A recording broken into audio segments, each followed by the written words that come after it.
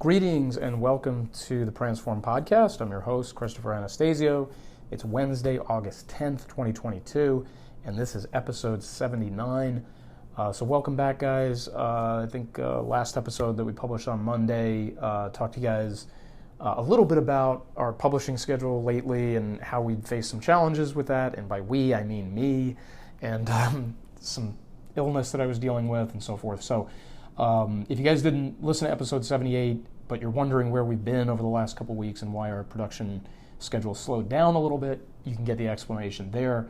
So would encourage you guys to check that out and really for the content in that episode, which was focused on particularly for small businesses, startups, people really at the beginning of their entrepreneurial journey, who the first person is that you should hire. And when I say who they are, I mean their function. I don't mean, Sally or Joe.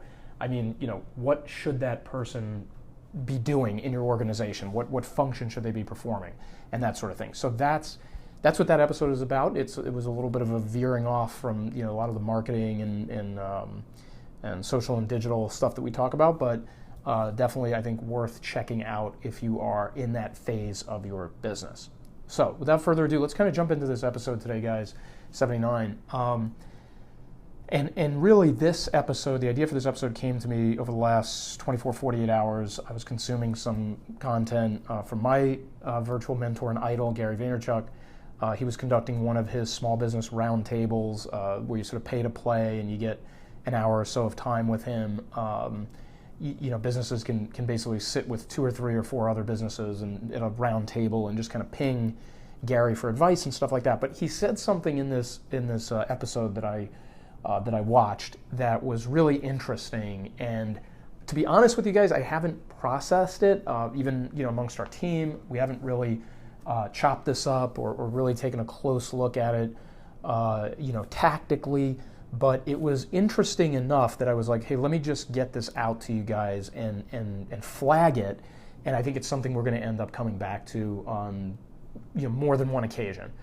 So in the beginning of the session where he was advising these 3 or 4 businesses that attended this roundtable, Gary said something really interesting about where his team's focus was platform-wise with his content. His brand, his personal brand, not the Gary Vaynerchuk CEO, persona, but the Gary V kind of motivational hustle persona. Because that side of him literally has, I think he has like a 15 or 16 member team that just orbits him and produces his daily content and chops it up and distributes it on multiple platforms and stuff like that. So that's just like around him. That's not even in his normal agency business and so forth. So when he was referring to that, he said 2 things that really stood out to me. He said one thing about a platform that he and his team have decided to de-emphasize, okay, and that single platform I think is going to surprise you guys a little bit. And then on the flip side, he talked about the 3 platforms/formats that they're favoring in particular order. So a 1, 2, 3 kind of favoring that they're doing. And I found that interesting as well. In fact, really all 3 items surprised me for one reason or another. So let's start with the platform that he said they're de-emphasizing. So, and I forget exactly how it came up. I think somebody at the round table said something about which platform should I be producing on, or something to that effect. And Gary said that my team and I have decided that the 5th most important, and I don't know if he was being figurative. If you follow Gary, that oftentimes he's figurative with numbers and stuff like that, or he may have been literal. He may actually have a list or a rank order, because he did for the positive list that I'm about to go into. But he said the 5th most important platform for his content that's really kind of been demoted, and I do remember from consuming so much of his content, when this platform was number 1, is Instagram. So I would say probably in the 2017-ish time frame, 16 to 18, let's call it, that was a period of time where Gary favored Instagram the most. That he would mention it in his Daily V content. He would talk about how producing content on Instagram was the most important thing he could do, going live on Instagram, putting up Instagram stories, because Instagram stories had kind of been born out of Snapchat and was kind of piggybacking on that. And so So that's a really interesting comment, guys. And now, that's a pretty decent amount of time that's elapsed. I mean, you go back to 2017 to now, I mean, we're coming up nearly on 6 years ago. So of course things are going to change over that time. I don't want to make it sound like it was overnight. But the bottom line is just the fall from grace that Instagram has undergone from his perspective, and he's one of the leading voices, I think, in this area, particularly from my perspective here in the United States. That's really interesting, just where he started with Instagram, or I don't want to say started, but where he once was with Instagram, all the way down to making it the 5th most important platform. And, the reason I said to you guys I was sort of flagging things in this episode versus really deeply analyzing them is because this is just new information for me. This is something that I haven't put a ton of thought into. I've only seen Gary mention this one time. This is going to take some time to absorb and kind of think through and sort of measure out the implications of. But the really interesting thing, guys, is it makes you wonder, why the demotion? Why the severe demotion from the number one spot several years ago down to the number 5 spot? And if I had to take a guess, guys, it's interesting that this came up the way that it did, but I believe our last episode in July, the July 29th episode that we published, where I talked about the conflation of Instagram and TikTok, where Instagram was trying to be TikTok, and the controversy around that, the petition that went to Adam Mosseri, CEO of Instagram, blah, blah, blah. My suspicion is it has at least something to do with that. Now, it could be more than that, could be only that, but I definitely think that's part of the equation. I think Instagram is undergoing an identity crisis. And again, this is just Chris Anastasio sort of editorializing and thinking out loud and stuff. But I think that Instagram is in an inflection point kind of moment where it doesn't know what it wants to be, it doesn't know what it needs to be, and its audience is starting to get chafed by the confusion. It once was probably more of a side joke, like, oh, Instagram's trying to be TikTok, whatever, I still love Instagram. That was probably the dialogue, particularly amongst the big influencers and the real big personalities that are on Instagram, because they couldn't imagine it any other way. They couldn't imagine not being, huge on Instagram or leaving the platform for another platform.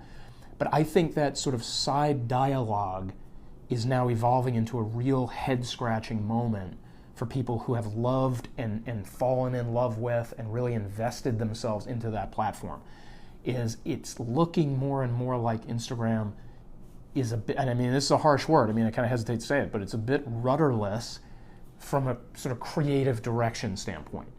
Okay, it's starting to look like Instagram, you could just sort of picture the closed door meetings, right? Like, do they know what they want to be anymore? Do they agree on what they should be anymore? Should they still be primarily a photo platform that puts photos into the news feed based on the people you follow and care about, or should they be emphasizing algorithmic sort of social graph kind of content? Where they're guessing what you like and they're putting content in front of you that you don't follow. You understand what I'm saying, guys? Like, there's a few different dimensions to it, right? It's like, is it photo versus video? Is it short video versus long video? Is it stories versus news feed? Is it reels versus everything else? Is it social graph versus interest graph? Meaning people you follow and think you care about versus things you care about but don't follow yet, right? So I think there's a lot of angles there that Instagram's trying to process and trying to iron out. And I guarantee you, just if I was a fly on the wall in their meetings, there's an internal tug of war going on there. There's probably a faction that's like, look, if we don't become more like TikTok, we're going to go away.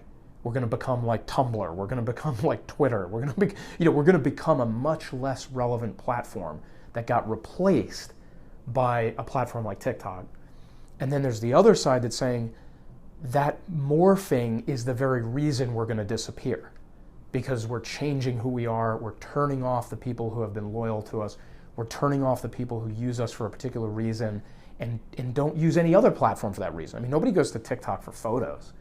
Okay, now I'll admit from personal experience that it's interesting that sometimes you can get some hefty views out of posts on TikTok that are simply pictures, screenshots of tweets, things like that. Those things can get traction on there, don't get me wrong, guys. But when people go to TikTok, they're primarily going there for the short, snappy, quick, entertaining videos. So I guarantee you there's a tug of war going on inside of Instagram. And I think that's why Gary said that. I think he said it's number 5 because it's in flux It's unclear where it's headed. Nobody really knows what's going to happen with it.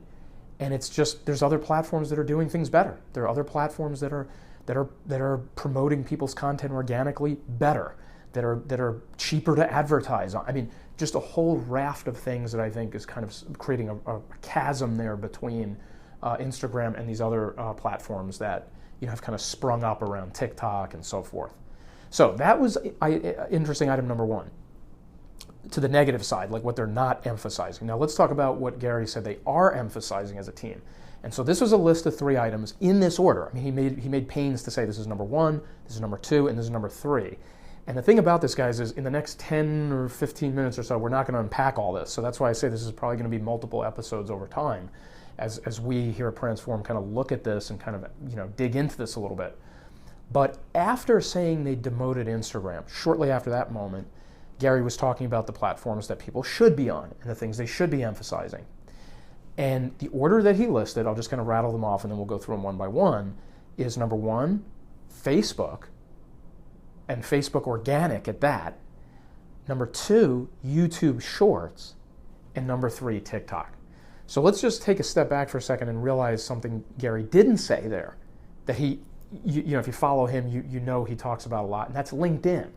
He didn't really talk about LinkedIn. He didn't mention LinkedIn. Now, LinkedIn has been a big deal for Gary because of the organic reach and all that kind of stuff that you can do on there. He's been very big on getting your content up on LinkedIn and going organic with it and stuff like that. And he didn't mention it. Now, I don't think that means he's leaving it. I don't think that means he thinks poorly of it. But it was just interesting it didn't crack the top 3. So, wanted to point that out. Let's put that aside for a minute. And let's look at these 3 items very quickly. Facebook Organic, that was a stunner. The fact that he listed Facebook Organic number 1, that kind of made my head snap back a little bit. I mean, Facebook Organic hasn't been good since like 2012, 2013 maybe, somewhere in that time frame, right? Of course, Instagram was really kind of blasting off from the 2010 time frame, and Facebook had introduced advertising, I think in the late 2000s, early 2010s time frame. So Facebook Organic, like putting up a fan page, which is now called a business page, and posting content there, you didn't reach anybody anymore. You had to pay to reach somebody. And so even with like the evolution of Facebook Watch, for longer form video to compete with YouTube, that never really took over. I mean, I think it has some viability to it and you can make some hay there, but it just didn't overtake YouTube. So Facebook Organic, it's almost like it's been dormant for like 10 years, where you just don't see much happening there unless you're paying to play. And the fact that he listed that number 1 was really, really interesting. And again, so now I'm doing some extrapolation, guys, like trying to figure out, well, why did he put that number 1? My guess, and I'm emphasizing the word guess, is that it's largely the longer form video stuff. The 5+ minutes, the 10+ minutes that go onto Facebook Watch, where you can essentially create your own television show on Facebook and you're not stuck with YouTube only, or if you don't want to use YouTube at all, that you can really kind of utilize Facebook in that capacity. So that's my guess as to what he means, like organically posting medium to long form video content on Facebook is a point of emphasis. Okay, so that was number 1. That's something, from the team perspective here, we need to unpack that. We need to kind of look closer at that. We need to tell you guys what we really think about that. But that's just my first impression. That's like a hot take on that first one. Okay. The second one, YouTube Shorts, was interesting. These were all interesting in their own right. That one was interesting because it was ahead of TikTok. And of course, Gary's been big on TikTok over the last couple of years. I think, if you go back to his content, I mean, at least since 2020, probably 19 or 18, Gary was talking about TikTok and Musical.ly and, getting on that platform and stuff. So the fact that it was superseded by YouTube Shorts, and it's the same kind of format. It wasn't just superseded by another platform because that platform has its own advantages. He's saying you want to make short form video first for YouTube Shorts, and then you go to TikTok. So that's really interesting. That's a really, really, really interesting point. And I think, YouTube Shorts I think it's a big deal because of how powerful YouTube regular, we'll call it, has been.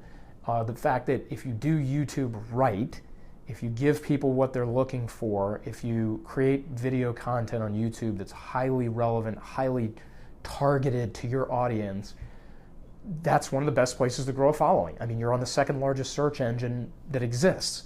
by being on there. And if you have a steady, consistent, value-added presence there, it's going to pay off. I mean, maybe it's going to take you years, but it's going to pay off. So using and leveraging YouTube's other format and saying, hey, I'm going to create a playlist of YouTube Shorts where I address things in a snappier, pithier, quicker, more efficient manner, whatever the case may be. Or maybe I'm even starting a second channel. I've even heard people say, well, if you're doing Shorts, you should do Shorts exclusively. You should have your YouTube long-form channel and you should have your Shorts channel. That's a whole other debate. That's a whole other argument for another podcast. But the point is, I get why Gary mentioned YouTube Shorts. I could see why he would. I also thought it was interesting that he put it above TikTok. So if you guys have a YouTube channel but you're not doing Shorts, I would look at that. I would research that. I would kind of contemplate that, see how it might make sense for you to make short-form video for YouTube Shorts. Start experimenting. Maybe create a playlist at first. Then if it's really catching on, you can say, well, maybe I'm going to break off and do an entire channel of Shorts and that sort of thing. The reason, if you say, well, Chris, why is it bad to have them both on the same channel, long form and Shorts? The hypothesis that I've heard is that it confuses the YouTube algorithm because a YouTube Short by nature can't do what a long form YouTube video does. So it just algorithmically is going to produce a different outcome, okay? So that's the issue with that. But again, interesting that YouTube Shorts was ahead of TikTok. Okay, so that brings us to the last one, number 3, TikTok.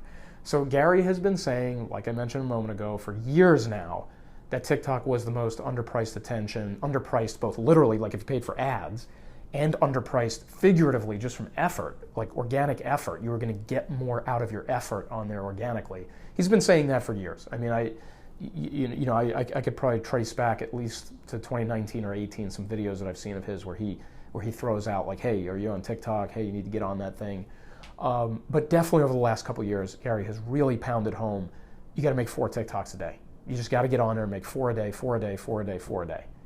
And to see him go from that to listing it as number 3, Facebook Organic, YouTube Shorts, TikTok, is really, really interesting. In fact, that might be the newsmaker out of all 4 of the things I pointed out from the Instagram point, well, all 5 things, I guess, Instagram, LinkedIn, Facebook, YouTube Shorts, and TikTok. I really, really, really find it interesting that he has kind of pivoted the way that he has with regard to TikTok. So he's not saying don't use it. And personally, I would say if you are using it or you're about to use it, do not get discouraged by what he said. I think Gary himself would say don't get discouraged by what he said. You should be putting up 4 TikToks a day and getting things out there as frequently as you can and experimenting and trying different things and all that. But I really, really think that in just a short amount of time in this clip that I watched, it was almost like a seismic shift. And again, it's he's not the only authority out there. I mean, I know if you listen to this podcast and you listen to me, you're like, well, that's what Chris probably thinks. But he's not the only authority out there. But I do think that in the industry, he is recognized as somebody who has his finger on the pulse. He's a practitioner. He actually uses the platforms himself. It's not just other people posting content on his behalf. So I trust his judgment. I think a lot of people trust his judgment on this stuff. Of course, he has clients at VaynerMedia that trust his judgment.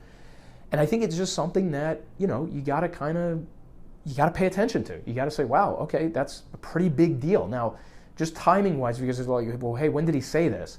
The YouTube video that I watched is tagged from 6 days ago.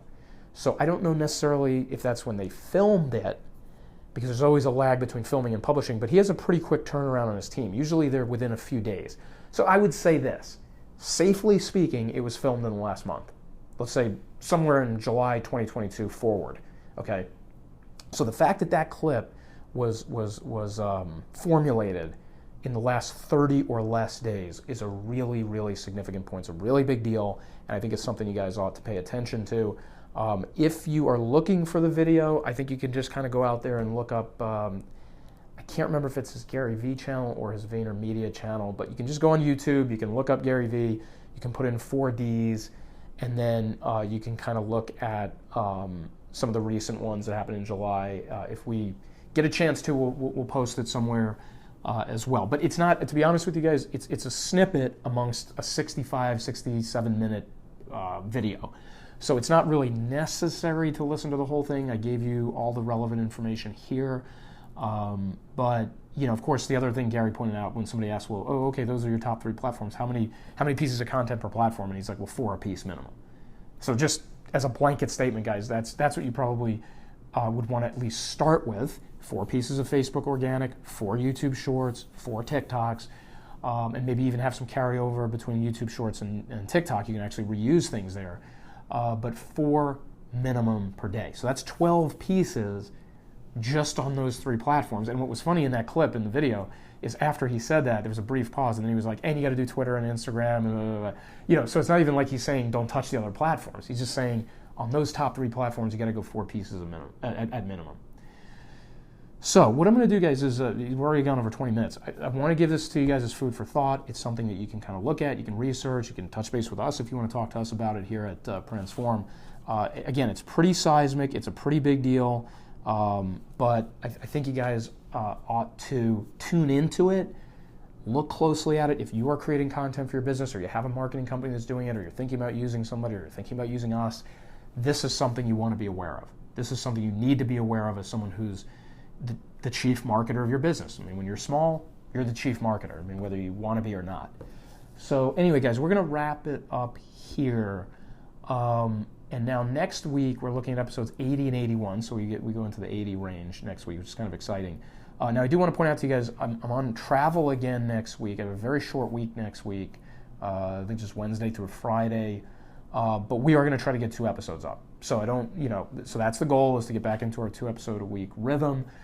So as of now, look for episodes 80 and 81 to come out the week of August 15th, I believe is the Monday.